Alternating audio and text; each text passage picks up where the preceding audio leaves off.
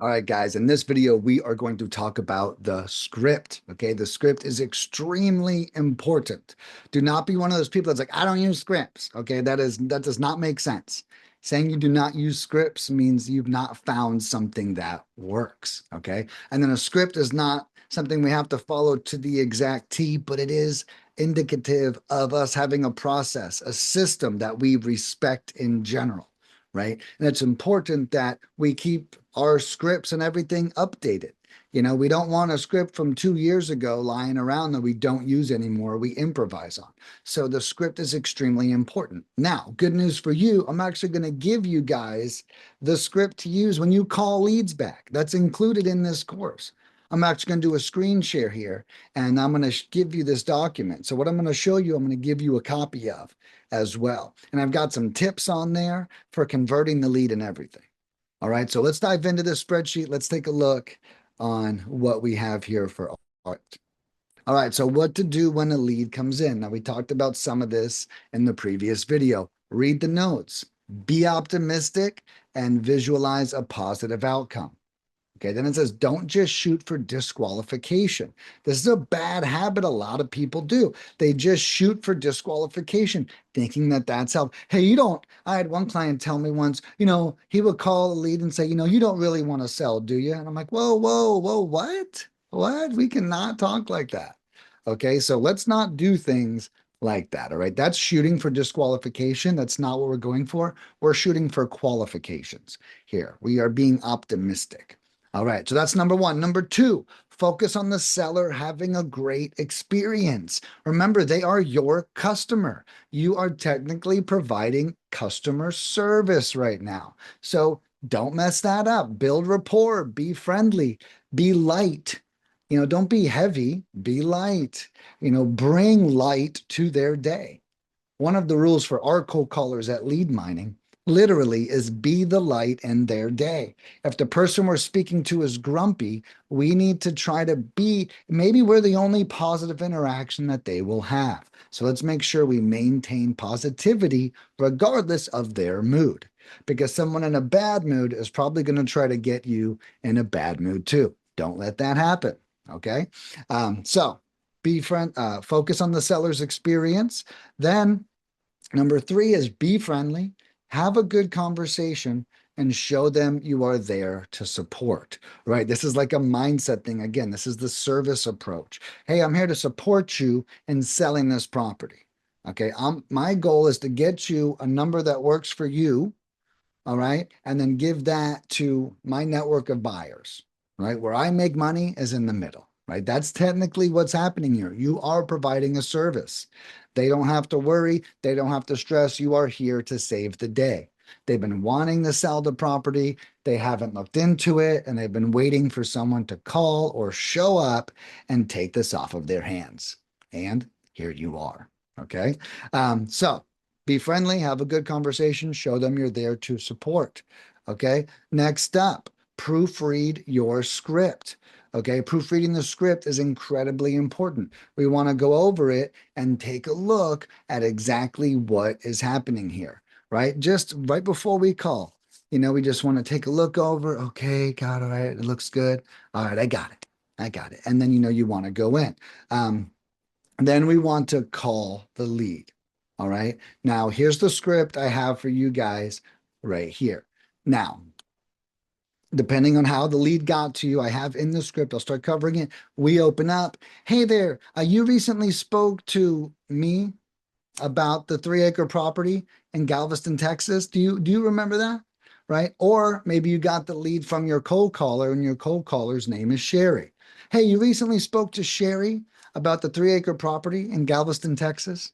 Is that right? Right? Oh, yeah, I did. That's correct. Oh, perfect. Well, she'd mentioned you may be interested in selling. So over the next few days, I'm going to do some online research and see if this property is right for me. Now, what we're doing here is two things. One, we're saying online research, right? Try not to say comps, try not to say due diligence. We want to make sure we're speaking their language, right? Comps and due diligence, that's our industry words. We don't have to introduce that to them, right? One thing I learned in my restaurant career is you don't call the food to the customers, you call it what's on the menu to the customers, and in the back, you have different language that you use for all the food, but you never blend those languages, right? We don't talk to the customers like they're coworkers. Right? Remember that. All right. So we want to make sure that we say, I'm going to do some online research and see if this property is right for me. All right. So here we're setting expectations on next steps. If this property is a fit for me, I'm going to send an official offer out to you. And would you prefer that over email or regular mail? Okay, now we're giving them a choice. Very often, if we just ask them for their email, they'll say, no, I'm not giving that to you. And we just get shut down. But when we give them a choice, they will very often, maybe even 90% of the time or greater, choose one or the other. So, do you prefer that in email or regular mail? And then they'll say, well, hey, I prefer to use my email. But no matter what they say, I want you to ask them to give it to you again, right? Whatever that is, right? Hey, yeah, so can you just confirm that for me real fast? You probably have their mailing address from the records that we pulled, but let's make sure it's accurate. You probably have their email from your previous call, right? From the cold caller, but let's make sure it's the right one. So confirming accuracy is very important. Plus, you want them to feel like you are being responsible. Okay. So this says, well, I prefer to use my email actually. And then the note says, no matter what they say, ask them to give it to you to make sure you have the right one. We want to just confirm what that information is. And then now you say, wonderful. Can you give me the exact email address you want me to use? I just want to make sure it goes to the right place, right? Then they give the email address. Now we continues back to you, the investor. Thank you for that. We move pretty fast over here, so I would expect to hear from us within 2 days max. Well, quick question. Have you ever sold a piece of land before? No matter what they say, yes or no, keep going. Okay. So we're just getting, it's an easy question to get out. You'll see, I always incorporate easy questions into my scripts. We want to have them be engaged, but not have them answer anything tough or have to critically think or anything like that. So, have you sold a piece of land before? No matter what they say, keep going. Okay, wonderful. Well, I like to walk everyone through the contract I send over to ensure that they are clear on the terms and know exactly what they are signing. Transparency is very important to us. Can we set a time 2 days from today? And I will send the offer and call you at that same time to review it. Okay, so now we've done a couple things. One, up here, we told them that we move pretty fast. And when we actually move at that 2 day mark, they're going to see that we said we move fast and we did move fast. So that's a sign of you building integrity and respect. Then down here, you're explaining to them how important transparency is. Transparency is very important to us, right? We want you to know what you're signing. Okay, not a lot of people talk like that. So you are going to stand out. Again, you're providing a superior service to them. Okay, and then we're asking them for a time 2 days from now. So this is actually when we send the offer and we review it with them. This is a very crucial, we are setting up that call right now to go to the closing table with the seller. Okay, this is pretty exciting, right?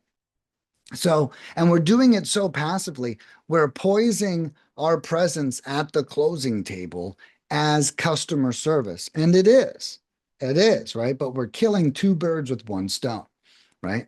So, can we set up a time 2 days from today? And I will send the offer and call you at the same time to review it. Now they know that you're very serious. You're going to send it. You're scheduling the 2 time. If they say no to the meeting, not a problem. When you get the offer, if you want, you can call me directly and I will walk you through it line by line. Or if they say yes, you got it. If I could just have your email and I will send the calendar invite now and I'll call you at that exact time. I look forward to working with you. Okay. So now we are asking permission to follow up, getting on their calendar to help ensure that they know about this appointment. We're covering all the bases. We're showing them that we're professional. We're showing them that we care and that we have a lot of integrity in this business. Okay. Now, down here, I have some rapport tips. Okay. Now, if the lead is angry, give them space. Ask permission to follow up. Be polite and tell them why you stand out as an investor. Okay, this is extremely important. If they're grumpy, we don't want to keep pushing and then get them to hate us. We want to make sure, hey, look, I completely get it. And now sounds like a bad time. Is it okay if I follow up with you tomorrow? Or is there a time this week that, you'll be free? Right? Real passive. Okay. If the lead is engaging, the next tip, if the lead is engaging, stay on the phone with them as long as possible to build as much rapport as possible. Something people often forget is we look for distress to tell us a lead is motivated. I would change that mindset. And in my opinion, a motivated lead is somebody who's easy to communicate with, right? We all have a reason we want to sell things and want to do things. What matters is if you can build a relationship with someone who's easy to communicate with, then you are going to go much further in that relationship. And if they are distressed, they're now going to use the strength of that relationship to share with you what is distressing them. So don't forget that just if a conversation's going well, even if you're not close on price, even if it doesn't seem like it makes sense, if the conversation's going well, try to stay in that moment. Try to stay in that conversation and then build as big of a relationship as you can with that person. All right. Then the next one, you want to try to have 3 great phone calls before you drop a low price on a seller, right? The more rapport you have, the less of a blow the low offer will be to them, right? So the more they like you, the less shock value a low offer is going to have. Okay. So just keep that in mind. So if you are making low offers or whatever that is, the more rapport you have, the better that's going to land. Okay. And that's important to keep in mind. If they feel invested and they like you, it will absorb the disappointment, right? What a great line, right? And then we could have, oh, well, that was lower than I thought it would be, is a line they might say.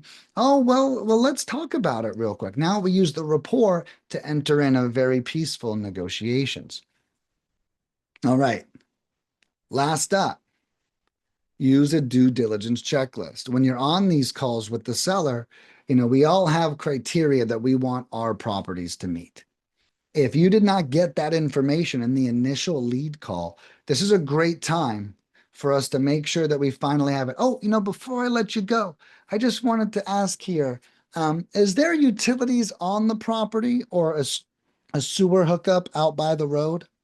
I just wanted to ask that real fast, right? And then we just want to take this opportunity to ask some due diligence questions, make sure that we aren't chasing ghosts or anything or pursuing leads that we aren't looking for or don't want to work with. So while we are using this time with the seller, we want to have a due diligence checklist nearby and make sure that we have the mandatory minimum information we need in order to make sure this is a real qualified lead. Okay. So guys, I want you to take this, be meticulous with it. Okay. It is a proven script. I have clients already closing deals with it. And I just added some nice mindset pointers and rapport tips to it. All right. And let's get you some closed deals. It takes a full system. And even if you have your own script, maybe you steal a couple sentences from what we went over today. That is perfectly fine. It's incredibly important that you at least have a system and follow it with every lead. All right. Well, let's check out the next video. Thank you for watching.